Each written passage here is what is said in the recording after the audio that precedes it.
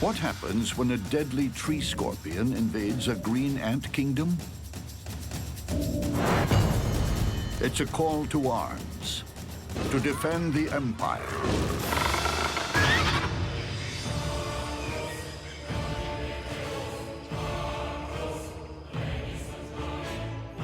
This plant is about to become green ant territory.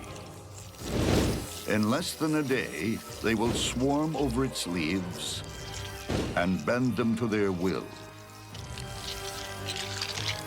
It's empire building by an incredible society that thinks as one. Colonies are interesting things. This is where hundreds of individuals behave like a single organism. They may think as one, but they're divided into specialist teams. There are workers, porters, guards, and beneath this swarm of servants, a queen.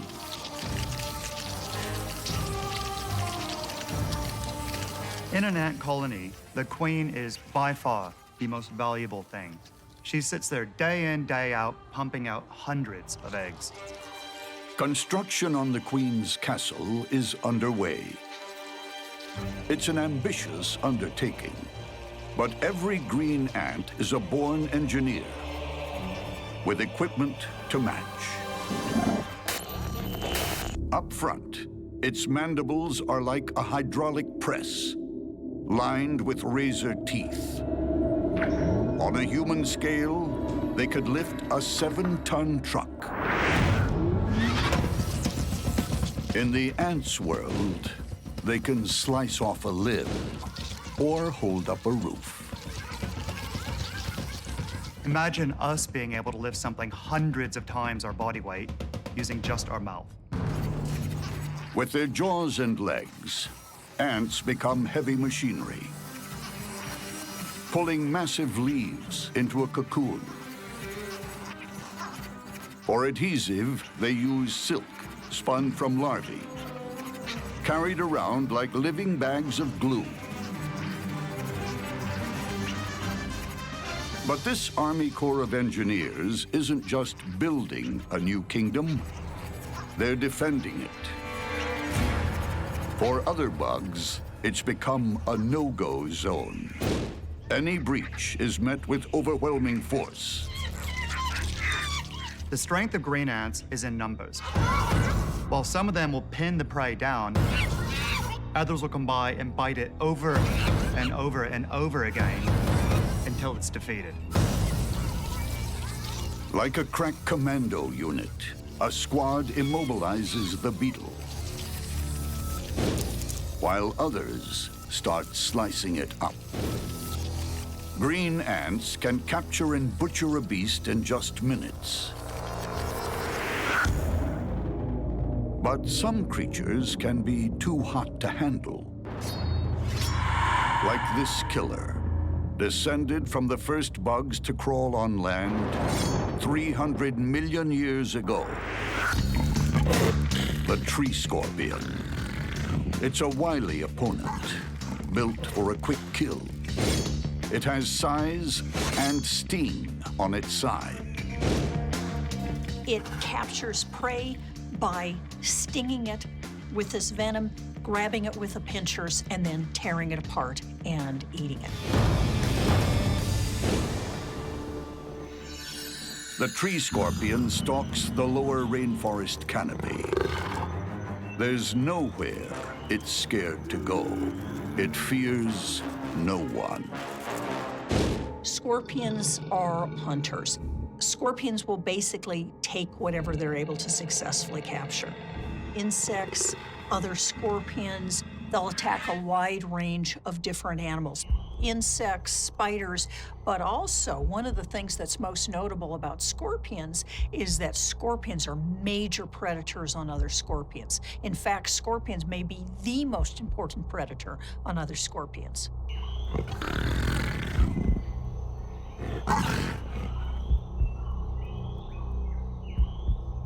Its confidence and lethal advantage come from supersensitive hairs on its legs and body. The slightest movement registers, even the flap of a fly's wing. And leading it straight to the kill zone are sensors beneath its body called pectines. These pectines, think of them as combs, are extremely sensitive to substrate vibration. So as they're walking along, these combs are responding to vibrations from the ground. As they walk, these touch the ground. In addition, the pectines are probably at least somewhat sensitive to chemical and odor cues and are picking up information from the environment. They don't have particularly good vision. They almost certainly are responding to light and dark, but they're clearly not locating prey visually. This cricket came too close. It landed on a branch. The vibrations and the cricket's telltale chemical compounds alerted the scorpion. And in no time, the cricket became the main menu item on its predator's outdoor dinner table.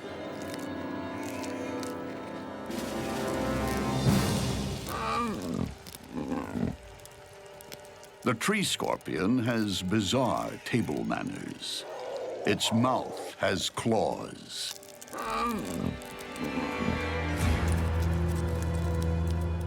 This creature knows how to look after itself in the rainforest. But how will it fare in a border dispute? Nearby, the ant empire is expanding overnight. The tree scorpion's territory is under threat. And any dispute will quickly turn into all-out war. When a green ant colony attacks a much larger animal, anything that can be bitten will be bitten.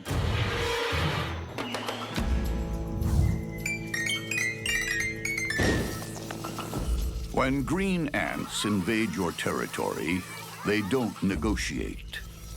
They simply arrive in their thousands and start building an empire.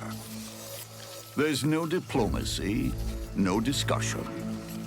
They owe allegiance only to their queen. Green ants are extremely territorial. They will protect their queen at all costs. The tree scorpion shows no such respect for the queen, nor her faithful subjects.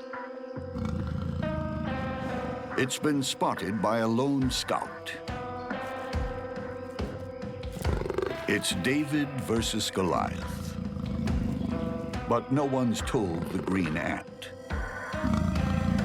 No matter how futile the attack, it's programmed to lock on to its foe.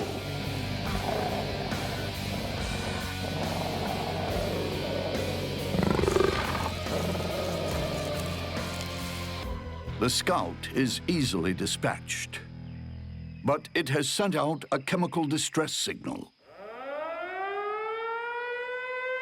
It's like sounding an air raid siren inside the colony.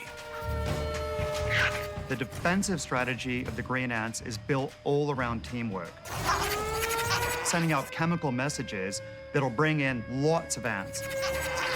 You'll have hundreds of them pouring into that one area. The colony mobilizes for war. Soldiers head out to meet the invader.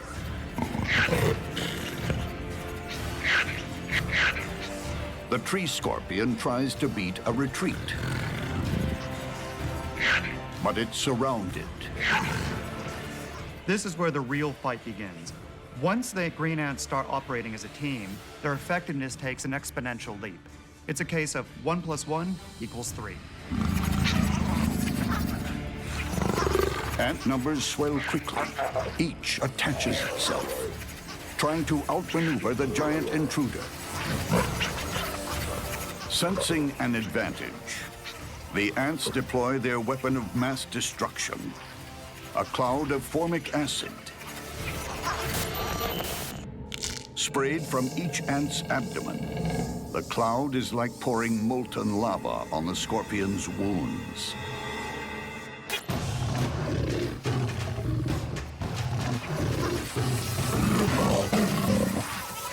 It lashes out, and its victims are piling up. Medic ants deal with the wounded.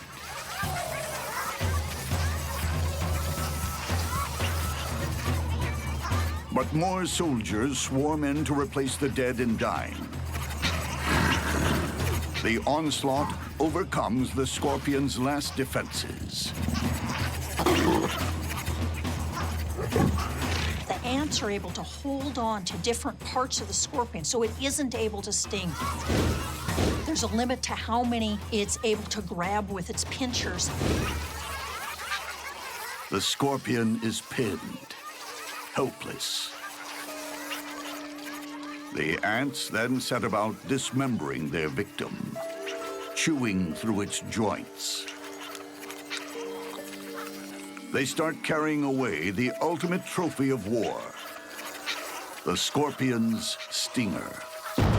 There's nothing their victim can do. Once it loses its sting, its fight is over.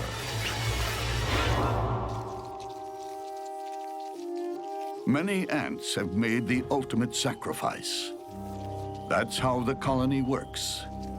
One individual dies, an empire is defended. Long live the queen.